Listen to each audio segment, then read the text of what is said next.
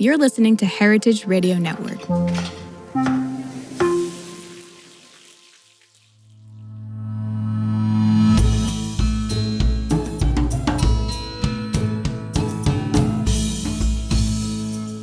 What if the food on your plate was more than just a meal, but a gateway to a deeper understanding of culture, connection, and community? Imagine discovering the hidden stories behind every bite, where the ingredients aren't just fresh, but rooted in decades of tradition, family, and craftsmanship. Today, we're diving into the culinary world of someone who's dedicated his career to bringing these stories to life. You're listening to One Bite is Everything, where every meal tells a story, and every bite has the power to connect us to the people, places, and cultures behind our food. I'm Dana DiPrima, your guide to the fascinating world of food, farmers, and the passionate chefs who bridge the gap between the field and your fork. What does it take to transform a city's food scene, to bring the underappreciated flavors of an entire metropolis to the forefront of a culinary movement? Today, we're joined by Chef Chris Shepard, the founder of the legendary Houston restaurant Underbelly and host of the hit show Eat Like a Local. Chris isn't just a chef, he's a visionary who reshaped the way an entire city eats and thinks about food, one locally sourced, globally inspired dish at a time. In this episode, you'll discover how a kid with a Mickey Mouse cookbook became one of the most influential chefs in America, the surprising power of buying local and supporting small farmers, and why breaking bread across cultures can transform not just a restaurant, but an entire community. And trust me, there's one story about 1,000 ears of corn that'll make you rethink your next trip to the farmer's market. So if you're ready to explore the flavors of the world hiding in your own backyard, stick around for this episode of One Bite is Everything.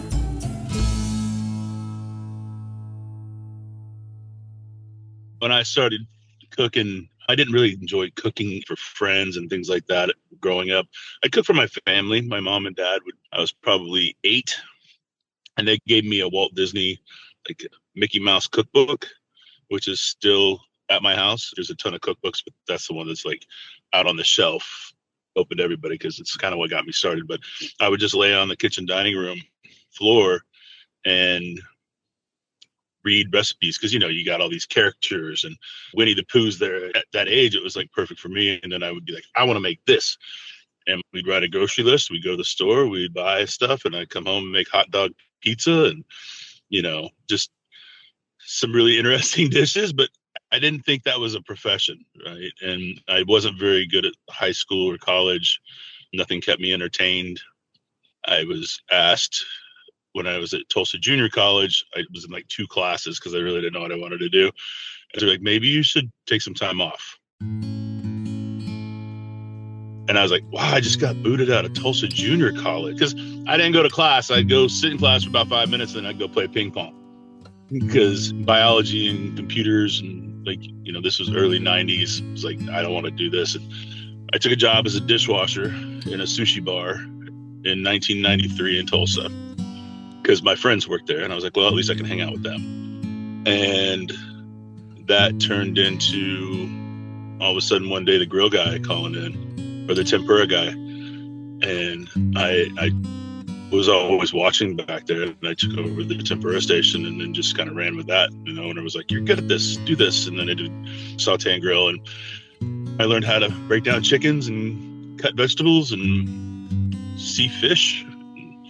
I asked him if I could work at the sushi bar, and he was like, yeah, no. He's like, it is 1994 in Tulsa, Oklahoma, and we were probably the only sushi bar in Oklahoma at that time. I was like, the Japanese part. He told me, he was like, you need to go to culinary school. And I was like, I don't even know what that is. And he's like, it's cooking school. That's where they teach you how to cook.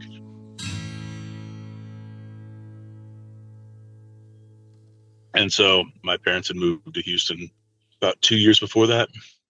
And so I decided to move down here and go to school, not knowing what that meant, really. It took the blinders off me. I was like, first day, like, who knows what a consomme is? I was like, I have no idea what you just said. No clue. Like, No training, no nothing, like nothing that was formal by any means. I didn't know what a dice was or mirepoix, or like, I just like, huh? But I fell in love with it. I think people who are listening to this don't know what a consommé. I'm not even sure what that is. Yeah, just clarified stock. It's one of those things that like nobody has made in, I don't know, 50 years, but very, very few times do you see somebody take the effort to make, like, nobody does that anymore. Okay, just a little side note here so you can walk a mile in a chef's boots. Making consommé is a refined and intricate skill that showcases a chef's mastery of both technique and flavor. The process requires a deep understanding of how to extract the maximum flavor from meat and bones, followed by a precise method of clarifying the broth to achieve its signature crystal clear appearance.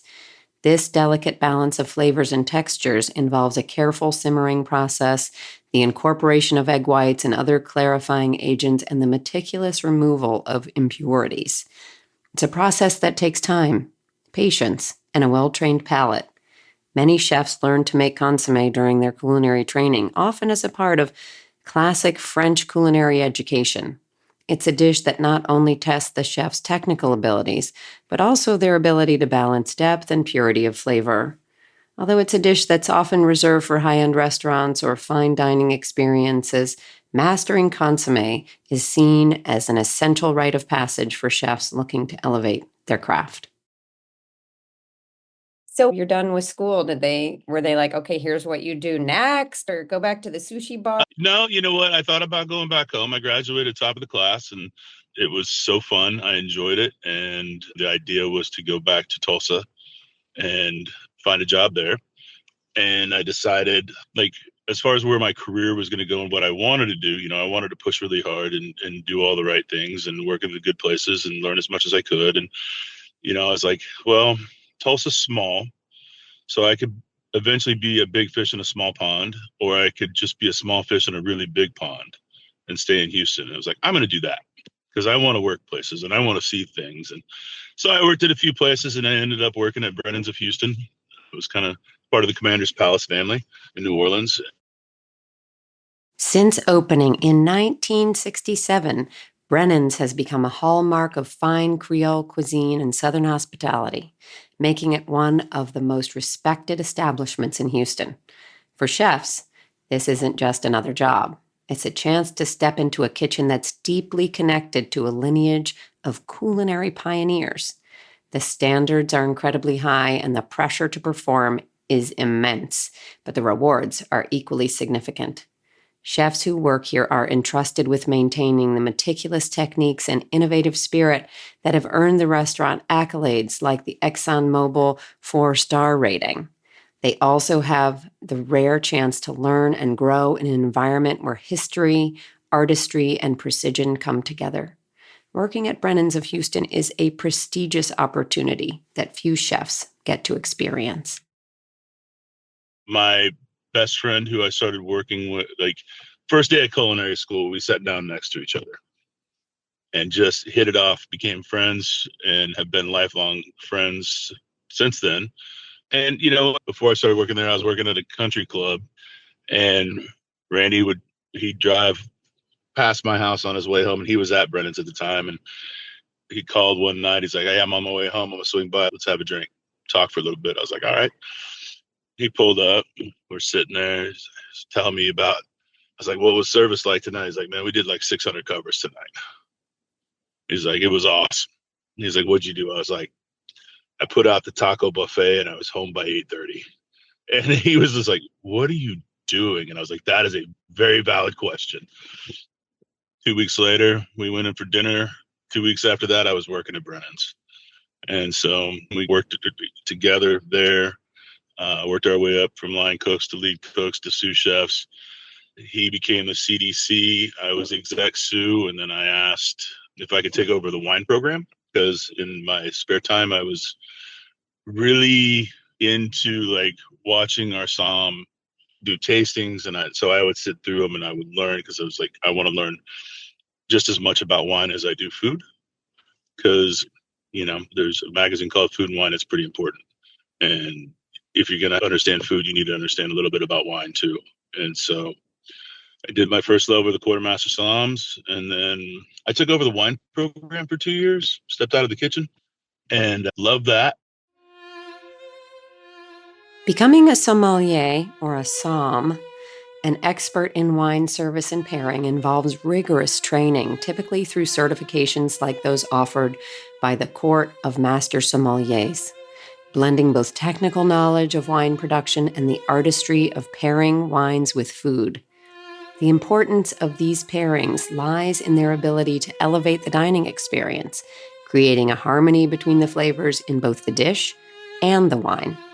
A carefully chosen wine enhances the flavors of food, while a misstep can overshadow the dish's subtle notes. The sommelier's role is essential in curating that perfect balance, which is why pairing wine with food is considered both an art and a science. I think a lot of people felt like I was done in the kitchen, that I would always be in the front of the house. But I wanted to understand service, and there was a bigger plan for me. It was like I wanted to understand what guests wanted before they needed it, because most chefs just see tickets and just put food out, but they don't really see the whole experience. And I wanted to make sure that I saw that and understood it. That's a particular sensibility, stepping off the line. And the front of the house is very different. I'm wondering what light bulbs went off for you in terms of bringing that back to the kitchen ultimately. Like, how did that change your understanding of your customers? It's funny because nowadays, like, I have two sides of guests that, would remember things, right? They're like, oh, I remember this dish you put in front of us one time. Or another guest is like, man, you introduced us to this winemaker. And so it's kind of a cool situation to have both sides, right? But it helped me to understand like how a restaurant should flow, how service should be, what customers need before they actually need it, And so after that, it was always open dining rooms, so I could see what was happening. I could see table 12 needs this before, anybody else saw it. I'm curious too, because I feel like there's a give and take there, meaning customers come in with a particular idea. They want, a certain cut of meat they've heard about. And as a chef, you're steeped in food and the availability of produce and meat and other things that are maybe more unusual that you want to maybe educate your customers on. Give me a sense for how they either receive that or what kind of demands they make that maybe you wish they would let go of. You get multiple sides of guests, right? And I'm good with all of them, right? I think that anybody that chooses to come into a restaurant is making a clear choice to enhance their life for the moments, right? And that's our job, is to make sure that they have the best possible time, whether it be, a date or just a night out. Maybe they've had a rough day, or maybe they're celebrating. Like, we don't know the scenarios for the most part unless they tell us. But our job is to fulfill their like life for that moment, right? And we have to do that at the best of our ability. And so I spent a lot of time just gaining trust from people from certain things, because my food was always a little bit different than most, which is fine. So I left Brennan's after 9 years and opened a restaurant with some friends called Catalan. They had another restaurant called Ibiza, supposed to be the Spanish inspired thing, but they really kind of let me roll the way I needed to and learn to be who I needed to be. There was a certain set of boundaries of things that we needed to have on the menu, but then the rest was like, you just go for it, man, do it. And it taught me to have confidence in myself and to be able to have these conversations with guests, because having been in the front of the house, I knew that like I could walk out to a table and have a conversation with a guest about, hey man, I'm going to serve you this tonight. And look, if you don't like it, it's cool, but I'm just trying this. If you don't like it, I'll buy it. And it's kind of the same philosophy I had with wine. If I got somebody to drink a bottle of wine that they'd never heard of, I was like, look, if you don't like it, I'm going to drink it later. I'll get you something you do like, no problems. It's just like that. I'm going to make sure your experience is great. And so working at Catalan gave me the ability to open Underbelly, which was my first restaurant. And that was the restaurant that I really had to teach people a lot of things at that restaurant specifically. And there had to be a lot of trust that was built with that restaurant, because Underbelly was showing people, it was a side of things not seen. And a lot of Houstonians don't even understand the diversity that exists into our city. Houston's food scene is a vibrant celebration of diversity where the flavors of the world come together in a fusion of creativity and tradition. With over 11,000 eateries showcasing more than 70 global cuisines, the city offers a feast for the senses. Whether it's the bold spices of Vietnamese Cajun crawfish, the comforting warmth of Tex-Mex, or the rich, complex layers of Indian street food. Recently, the rise of vibe dining has added an exciting new twist, blending gourmet meals with a dynamic atmosphere that elevates the dining experience. From innovative twists on classic dishes to unique culinary fusions, Houston's food scene continuously evolves, reflecting the city's inclusive spirit and love for bold, adventurous flavors. And so I wanted to open a restaurant that kind of showed people parts of the city that they may not know, because Houston is built on freeways, and you may live 30 minutes downtown, but you're going to miss so many cultures and so much food that's right in front of you. But because you don't get off the freeway, you would never notice it. And so as you walked in, there was 50 photos on the wall, and it was 50 dishes or 50 people that inspired us or myself, whether it be a bowl of pho or, pick anything, banh mi's or hummus or whatever it may be, because we kept rotating them in and out. And there'd be the area code or the zip code on the photo. And then on the check presenter, it was a description of all of these restaurants and all of these people. And it was like, that was for them to take. And it was their map. And on there it said, hey, thank you so much for coming in. We hope that you had a great time, but we politely request that you go visit one or two of these places before you come back.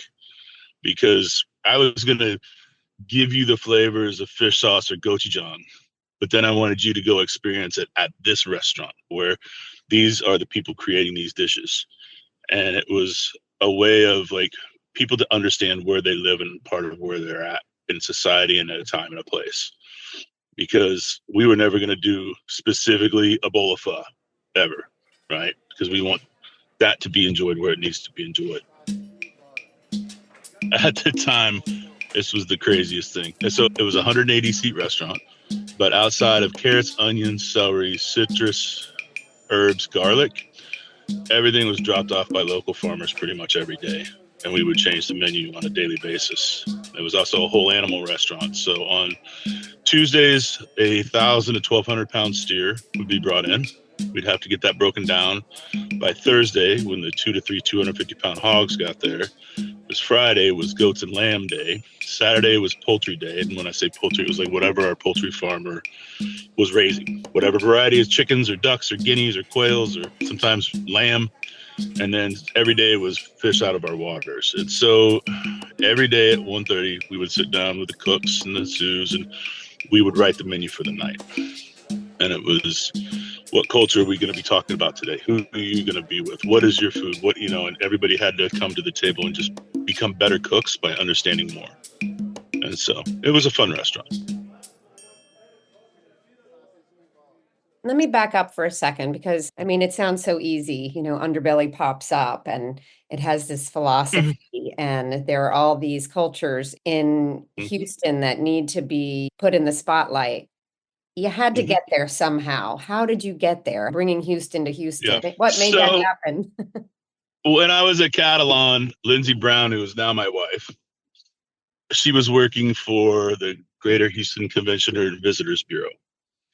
And she noticed that the food scene in Houston was becoming very important at that time. So she got some of the local chefs that were kind of making the waves and was like, how do we promote this on a bigger level for people that are traveling to Houston?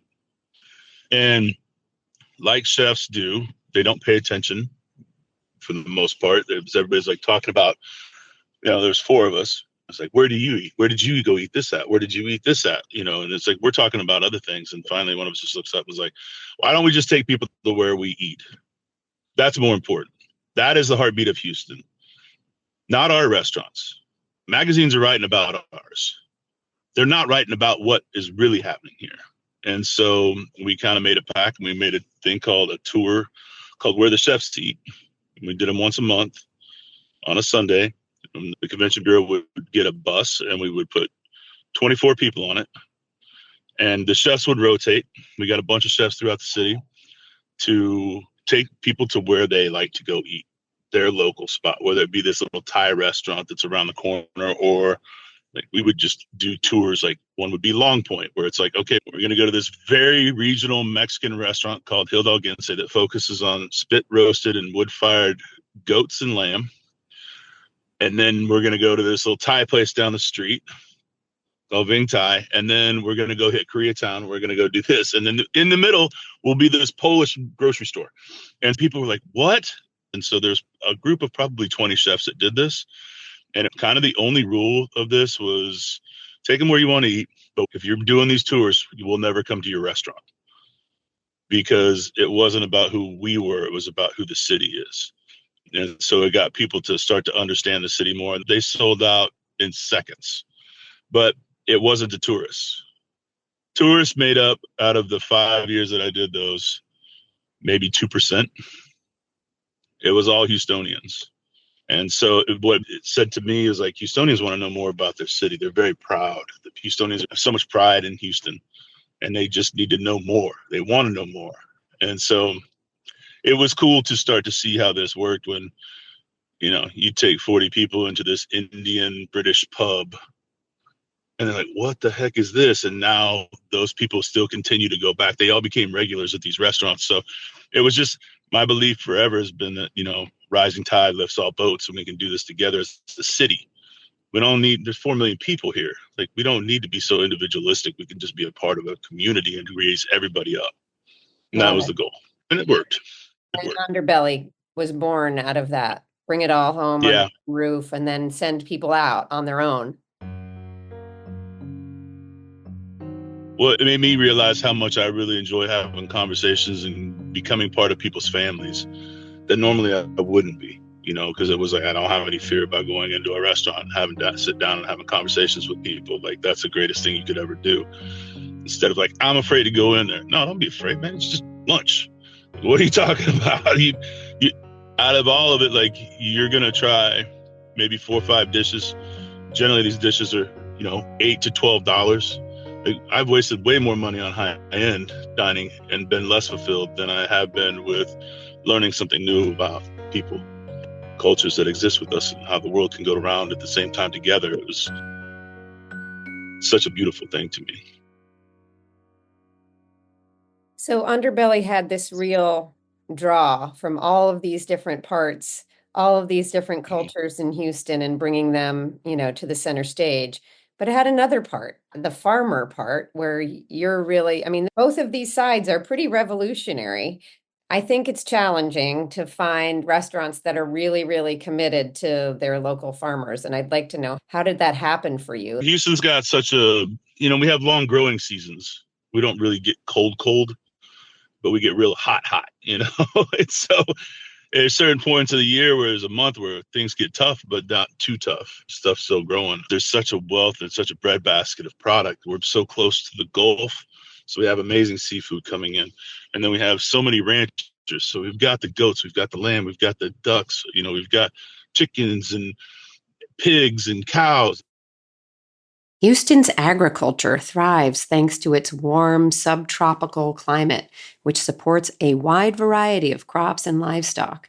The region's long-growing season and fertile soil make it ideal for producing everything from citrus fruits like oranges and grapefruits to hardy vegetables like tomatoes, okra, and bell peppers.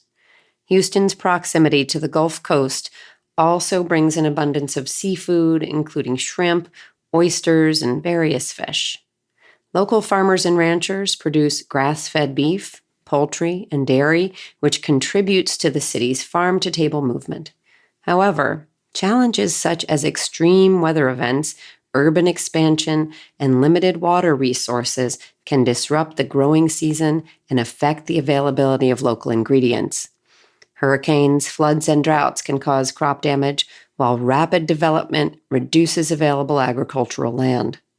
Despite these obstacles, Houston's local farming community remains resilient, and many restaurants continue to incorporate fresh seasonal produce and locally sourced meats into their menus. The result is a dynamic culinary landscape where local flavors and sustainable eating practices are celebrated, making it easier than ever for Houstonians to enjoy the fruits of their region's labor. And then, once you start to commit to farmers, they commit to you. And it would be not unheard of. I'd be at the farmer's market and I'd just walk up and I'm like, I'll take the entire table. And you would just see people like, but I was going to buy that. I was like, here, I'll still buy it. You take this, have fun with it. Good. But I would just buy everybody out because it was one of those things of like, I want to commit to people. And quite frankly, they would always be like, what do you want me to grow you? And I was like, what do you want to grow? I will cook anything. I will figure it out. So grow what you do best. And I will support that fully. And so, every day there'd be a different farmer that would just show up and be like, I've got this. And you're like, yep, no problem. Also, because of this, I started like a preservation program, a pickling program, because of everything that we couldn't use. Because, when a farmer calls you and says, hey, I'm in a bind, I wanted to teach my son how to grow corn and make money, but we have an extra 1,000 ears of corn. Can you help? I'm like, yeah, bring it. You have no idea how many ears, 1,000 ears of corn. And it was like, he just showed up and I was like, oh my gosh, what am I? And I literally had 2 of my sous chefs. I loaded their trucks up with bags of corn. And I was like, take these to these restaurants and just drop them off and say, have fun with this. You know what? Because I don't have room in a walk-in for this. And I don't have, so we got into sour corn preservation. We got into corn, we got into everything, but it made an impact on somebody's life. And I figured if we can commit to people, then we can make their lives better. Because our goal was to buy everything within 150 miles. And that was how that worked. But it was really hard to do, but it was very meaningful. Your commitment is unusual. And I'm curious what the reaction was from farmers. Obviously, they knew they could trust you and that you would help them in a bind if they've got 1,000 extra ears of corn. But if you're showing up at my farm stand and saying, I'll take everything, that has an impact on people. And I'd love to understand a little bit more. Some chefs, they're like, but I want the best. I want the best white asparagus. I was like, we don't grow white asparagus. We don't grow asparagus. So we're not going to have that. And they're like, but don't you want that? I was like, I want my community to be better. And if I can help them by, maybe they're just starting out, and if I can commit to buying product from them so they don't have to struggle and they can become a better farmer and they can be better in their life and they can be better for their family, I'm going to do that because I can physically look that person in the face. I can't look at the produce company and feel that way. I mean, they do a great job for what they're doing, but I want to make sure that, like, when I'm looking at the person that's unloading the truck, they were just in the field picking that stuff. And they're going to make sure, because I've committed to them, that they are going to give me the best. And they're going to work hard to do that because I'm going to work hard to make sure that they are taken care of. It's been that philosophy for me forever. Now, are you still connected to these farmers? Oh, yeah. A lot of them, for sure. I don't have restaurants anymore, but like, I needed a flat of strawberries. I called one of my farmers, like, I know it's strawberry season. I got this little collaboration thing that I'm doing for the show with this restaurant and this ice cream maker, and they want to do strawberries. I want to bring yours into it. And he was like, I'll be there in 30 minutes. And I was like, no, I'm going to come to the farm. And literally, here comes this giant farm truck down my street. And he's like, here's your strawberries. And I was just like, hey, come on, this is too much. And I think that people think of things as transactional most times. And I think of it as not just financial transactions, but emotional transactions. And that you have a commitment to somebody, they have a commitment to you, and that doesn't stop. Like, I know that I've helped put people's kids through college because of what we do. Like, that makes sense to me. We've helped businesses grow, and that makes sense to me. Right? I could give money to somebody I'm never going to see, or I could support the person that I can see all the time. And that's where it comes from me. So what do you think the impact has been on Houston from the farmer side and also from all of these different cultures that have these amazing restaurants off the freeways that people are exploring more now because of you and because of Underbelly? What do you think the impact has been there?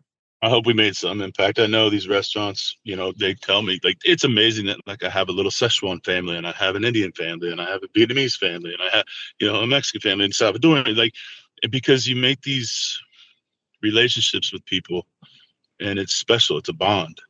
And when a lot of communities are guarded, but when you show up and believe in them, help and be there, not even help, just like support. Like, man, I'm gonna come in here every other week with 12 people. We're just gonna eat because it's awesome. You know, there's a belief in people, and it's not like I want anything. I don't. I just want them to be happy and to be better and make sure that their businesses are thriving, because our world is better that way. Sounds like it had a big impact So, on you and that's personally. massive impact on me. Changed the way I think about life. Can you tell me about one of the farmers that you work with, that like where you visited the farm and that you're particularly close with? Yeah, Atkinson's. I mean, Mike and his wife, Bobby, and his son and his wife, and like the whole family. Like, I've been working with them for, I don't know, 15 years now, maybe longer. They're up in Spring, Texas, which is about 35, 40 minutes north of here. And, you know, they've run a family farm for 5 generations. It's big, but they would do sales at their farm, and then they would sell it to like grocery stores and things like that. But then I asked them if we could start delivering, and now they have a lot of restaurants now. So it's like completely changed their business. Because when I started buying, then people are like, where'd you get that? And I'm like, this is where you need to buy from. Talk to this guy, this person, this person. And then these farmers always all of a sudden start building a network of restaurants and chefs that they go and talk to. So it's interesting and fun. You know, it helps build their business. The relationship between farmers, restaurant owners, and chefs is the heartbeat of a thriving local food system, creating a cycle of mutual benefit that nourishes both the community and the economy. Farmers supply fresh, high-quality, often sustainably grown produce, while chefs transform these ingredients into exceptional dishes, showcasing the seasonality and richness of the local harvest. This collaboration fosters a deep connection between people and the food they eat, elevating appreciation for locally sourced ingredients and sustainable practices. By prioritizing farm-to-table principles, restaurant owners not only support small-scale farmers, but also help reduce the carbon footprint of food production, strengthening the local economy and preserving biodiversity. This partnership brings more than just delicious meals to the table. It cultivates a shared culture of health, sustainability, and community resilience that ripples through every meal and conversation. But also, if I ever need just a day away, they're like, just come to the farm. Like, you didn't get to work. Just go sit in the AC, we'll have some iced tea and just talk for hours. I love that whole family. I love all these farmers that I work with. What do they produce on their farm? Oh, man. Collard greens, mustard greens, beets, carrots, radishes. Like, they are a big farm for the most part. They grow a lot of different things. And so it was always kind of my staple of like always knowing what was coming, always what was there, and knowing that if I needed to order. So Houston having such a large Vietnamese population, one of my favorite dishes is the caramelized fish sauce chicken wing. So chicken wings are just fried, and then they're tossed in this caramelized fish sauce, garlic and chili, and that beautiful fish sauce flavor. I was like, I want to think about how we can recreate that dish for the menu, but we can't get enough chickens to produce for chicken wings, not from our local farmers, because everybody's like, oh, chicken's easy to raise. I said, it is not. So instead, I was like, well, we'll use vegetables. And it's like, what are you talking about? I was like, we're going to flash fry broccoli, and then we're going to toss it in caramelized fish sauce. And then when we don't have broccoli, we use cauliflower. When we don't have cauliflower, we're going to use Brussels sprouts. And we're just going to go through the gamut of the vegetables, because I knew that by doing that, instead of doing 20 orders of chicken wings, we would go through 4 cases of broccoli in a night. And so we're helping these farmers just by doing pure numbers on that dish. And people would come in and be like, what's the vegetable tonight? And it's like, well, we're starting off with Brussels sprouts, and then we're going to move into broccoli, and then we might even hit cauliflower. And they're like, let me know when it's cauliflower. I'm going to be here. Maybe I'll be here when it's cauliflower. It's my favorite, because each vegetable had a different thing. The Brussels sprouts would do one thing, and they would absorb, but the broccoli would really absorb the fish sauce. Cauliflower just gave this nice glaze, but then like pole beans, green beans gave a different texture. Then it was kind of the cool thing of people like, I didn't know I liked fish sauce. And then my automatic answer is, well, now you need to go visit this place. Like, I want to be the gateway drug for you. And the Vietnamese restaurant, what do they think about your take on their chicken wings with broccoli? They love it. And they're fine with it. You know what? Because at the end of the day, like, it was always some of the greatest things was like when people of a culture would come in and be like, thank you for highlighting our food. I've had some of the younger generation come to me in full tears and being like, I was always afraid of this, but you have highlighted it and made it acceptable for people. And that is emotionally a beautiful thing for me. And like full tears. And it's just like, well, you know, we do it together. We live together. We're in the city together. We're on this world together. Like, let's just have a little bit of understanding of who we are and who we can be. And that's just, to me, that's a bigger goal. What are you doing now? Mm-hmm. So went from Underbelly, opened a bunch of other restaurants, and then got to a point where it's just like, I turned 50 and, you know, my partners wanted to keep growing and keep growing and keep growing. And it was like, I don't have that in me. So I decided to opt out, sell it off. And my wife said, well, I had a 6-month non-compete. And she's like, take that time and don't do anything. And I was like, all right, sounds great. Like, I'm gonna go fishing. I'm gonna take a vacation. We're gonna go places. And then I met with a gentleman who runs our local NBC station, KPRC. And he was like, I have an idea. I was just thinking maybe you do a show. And I was like, cool, what's that show gonna be? He's like, what do you want it to be? And I was like, because I had put a book out called Eat Like a Local, which was kind of the whole things of what we just talked about. It was like dishes from the restaurant, but talking about the inspiration of where these were from and the people that they were inspired by, but then understanding that like this is happening in every city in this country, big or small. And it's just breaking down that wall of fear and those barriers and going into these restaurants and having these conversations and cooking these food, like understanding like this is a world that we live in. There's so much more than just chicken fried steak or, you know, you can go out and experience brand new life, right? And enjoy it. Maybe learn something along the way. Maybe make a new friend. And bring it into your own kitchen. Was part of the goal of the book? Yeah, it was. Understanding like you can cook with fish sauce at your house. Like, and I'm going to teach you ways to do this. You can cook with gochujang. You can cook with all variations of corn. Doesn't need to be fresh. We wrote an entire section on corn, not one fresh corn dish, except for this is my mom's corn on the cob. That's it. And so when we started talking about it, I was like, well, the show I want to do is basically taking people around to see these restaurants and having the conversations, not so much about food, but about the people. And so they're like, what do you mean? I was like, well, I want to go in, I want to talk about dishes, but I want to talk about why they're doing these things.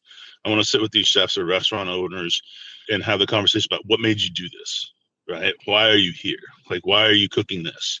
What is this about? And teach me about these things. Because I want to know just as much as the viewer. And they're like, what do you want to call it? I was like, well, I wrote the book, Cook Like a Local. Let's just call it Eat Like a Local. And so that's it. And we're just wrapping up our second season. And the thing that I love the most about this is that the viewership has become pretty strong. And I think people now in the city kind of understand that I used to cook, but they know me now more as a TV guy. And so it's a little weird, but still awesome. And it is every Saturday when the show airs, I get the calls from the restaurants that are on the show that week. And they're like, record numbers. We are getting just annihilated. We are so busy. You know, when you walk into a restaurant 3 or 4 months later, they're like, our business has doubled because of the show. That means so much to me because it's just giving back to the community and the city and the food in this city, these people that are giving all their life and their hard work. You know, maybe if we can help pay that off a little bit, then that's so cool. It sounds like you took this whole ethos and philosophy and you brought it to life in a restaurant and in Houston, and now you're just taking it on the road. I don't have to stand behind behind the past anymore, and it's such a joyous thing getting to film with people. Thanks for tuning in to One Bite is Everything. Today we learned how Chef Chris Shepard's commitment to local ingredients and diverse flavors reshaped the Houston food scene, and why a truly great meal is about so much more than just the food. It's about the stories, the cultures, and the people behind every ingredient. If this episode sparked your curiosity, made your mouth water, or inspired you to rethink your relationship with food in any way, please take a moment to rate and review the show on Apple or Spotify. Your feedback helps us reach more listeners and share more incredible stories. A special thank you always to Sonia Dillon for production support and editing, and to Russell Chappa for the original music that sets the tone for each episode. Until next time, remember, every bite tells a story. Make yours a good one.